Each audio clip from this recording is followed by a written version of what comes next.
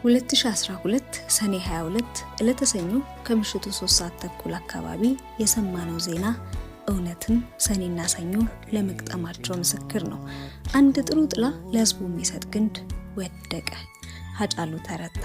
የአንድ ቆቅ ጥንቁቁ ልጅ ዛሬም ባልተፈታልን እንቆቅልሽ ህይወቱ አለፈ።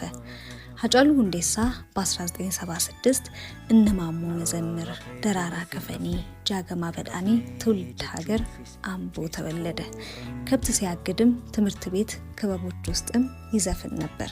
በ1995 የሃይስኩል ተማሪ ያለ በጊዜው በነበረው የተማሪዎች ንቅናቄ ምክንያት 5 ዓመታትን ያለምንም ክስና ብይን እስር ቤት ለማሳለፍ ተገደደ። ይህም መልካም አጋጣሚ ሆኖለት ከመጀመሪያ አልበሙ 9 ዘፈኖችን ግጥምና ዜማ እዛው ሰራ።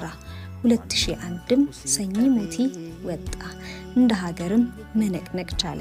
በዘፈኖችህም መድረክ ላይም ጅራት ላለ መኖርን እንዴት ነው የምትረዳው ሲባል መኖርን በሁለት መልኩ ነው ማየው፣ እያሉ አለመኖርንና ሞቶ አለመኖርን። ማለንጅራ ዘፈኔ እያሉ አለመኖርን ይወክላል ይላል ሀጫሉ ሲናገር። ድፍረቱና ቆራጥነቱ ሁሌ ይነሳል።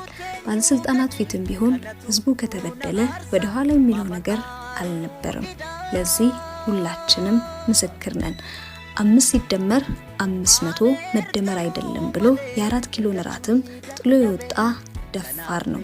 እንዴት ቢሉት ይህ ሁሉ አርቲስት ተገኝቶ ለአርቱም ለለውጡም መሰረት የሆኑ የኦሮሞ አርቲስቶች አልተገኙም። ለምን ብዬ ስጠይቅ በደንብ የምትታወቁት ናችሁ የተጠራችሁት አሉኝ። ስላልተዋጠልኝ ተመለስኩ ብሎ መልሷል። ለዚህ የባህልና ቱሪዝም ቢሮም ይቅርታ ጠይቋል። እኔ ፖለቲከኛ አይደለሁም፣ ስለ ፖለቲካም አላውቅም የሚለው ሀጫሉ እኔ የማውቀው ህዝቤ ሲቸገር ድምጽ መሆንን ነው ይላል። እሱን አንስቶ ሚስቱን አለማንሳት ንፉግነት ነው። ከእስር እስከ ዝና ማማ አብራው የተጓዘች ናት። ዝናንም ገንዘብንም አይታ ያልመጣች አፍቃሪ ሴት ናት። ዛሬም ሞቶ ስሙን ለማስቀጠል የምትዳግር፣ ፋውንዴሽን በስሙ አቋቁማ የምትሰራ፣ አዋርድ በስሙ አዘጋጅታ በህይወት እያለ በስራው ያላደነቀችውን ባሏን ቁጭት እየተወጣች ያለች ሴት ናት። እነሆ ዛሬ 6 ዓመታት ሆኖታል ሀጫሉ ከተለየን፣ ከጎደለብን ካጎደለብን። ታዲያ ዛሬም ልክ እንደ ትላንትና መርዶ ልባችን ይደማል። ያላረፈች ነፍሱ ዛሬም ለፍትህ ትጮሃለች። እኛም ፍትህን እንጠይቃለን። ሀጪ ነፍስ በሰላም ትረፍ።